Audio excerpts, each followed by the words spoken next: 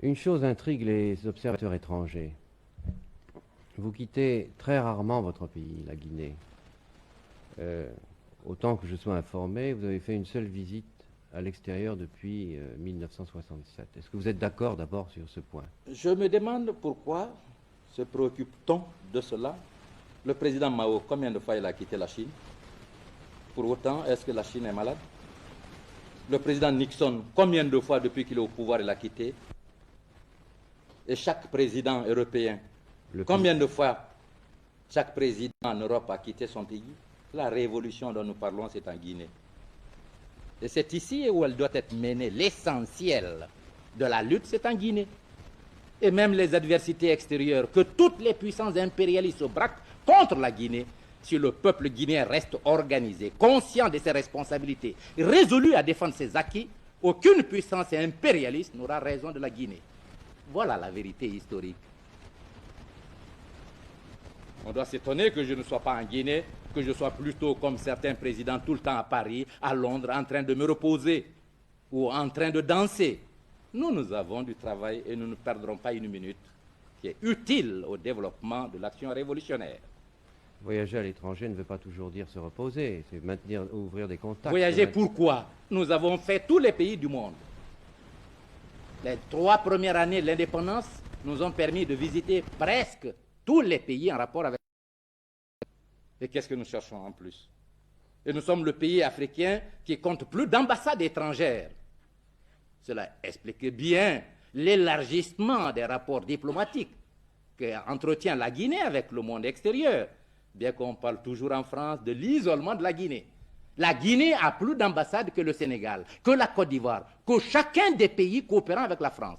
Vous pouvez en faire le contrôle.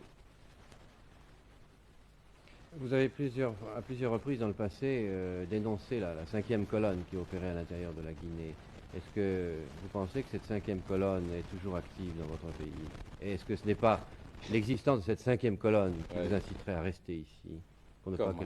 Alors, si j'avais peur de la 5e colonne, je ne restais pas en Guinée puisqu'elle est en Guinée. Non, mais parce que vous... Je serais parti à Paris me réfugier tranquillement.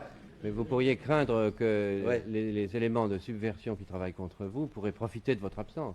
Profiter comment? Le peuple guinéen est armé.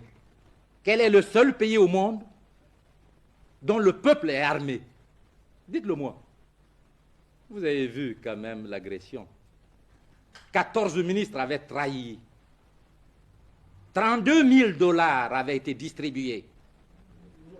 32 millions de dollars avaient été distribués. La plupart des officiers supérieurs, avec le ministre de l'Armée et de l'Intérieur, avaient trahi. Et toutes les puissances impérialistes étaient assurées du succès contre la révolution guinéenne, dont la mort était même annoncée à la télévision de Bonn le 22 novembre 1970. Une émission qui annonçait le grand dictateur du monde, M. Sékou Touré, est parti. La Guinée n'a pas peur de l'impérialisme. La 5e colonne n'est que le prolongement de l'impérialisme. C'est la lutte de classe. Si nous n'avons pas peur du maître, nous n'aurons pas peur de l'esclave qui le suit. C'est pourquoi ici, elle a été matée et chaque fois qu'elle se manifestera, elle sera écrasée, vous pouvez en être sûr. Je l'affirme à la face du monde. Aucun élément traître au peuple guinéen ne sera longtemps manœuvré sans qu'il soit su, perçu, isolé, maté par le peuple guinéen.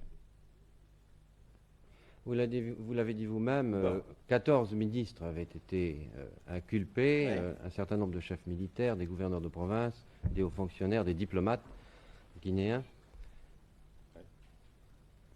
Et alors? Comment expliquez-vous qu'autant de gens touchant de très près le pouvoir, certains étaient des compagnons de combat de toujours, aient pu trahir? Et en 1939, comment expliquez-vous qu'il y a eu tant de ministres, tant de hauts fonctionnaires, tant de hauts officiers supérieurs qui aient trahi la France pour livrer la France à l'Allemagne?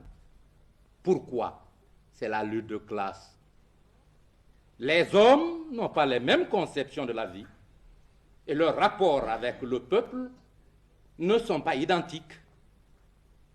Ce sont ceux qui se confondent avec le peuple dans ses aspirations, qui veulent défendre leur dignité dans la dignité du peuple, qui savent qu'ils naissent et meurent, que seul le peuple demeure en tant que référentiel suprême de toutes les valeurs, qui peuvent rester fidèles à leur peuple. À côté d'eux, au sein de toutes les sociétés, il y a des traîtres, c'est-à-dire des catégories sociales ou des individus qui font le choix contraire. Leur personne au-dessus de l'honneur, de la dignité et de l'intérêt populaire. Nous ne sommes pas étonnés qu'il y ait eu des traîtres en Guinée. Il y en a dans tous les pays du monde. Mais la valeur de la Guinée est d'avoir su déceler les traîtres et de les isoler pour le progrès de sa révolution, alors que dans maints pays africains, il y a ces traîtres qui sont même au pouvoir pour paralyser le développement historique des nations africaines en acceptant des formes néocoloniales d'existence.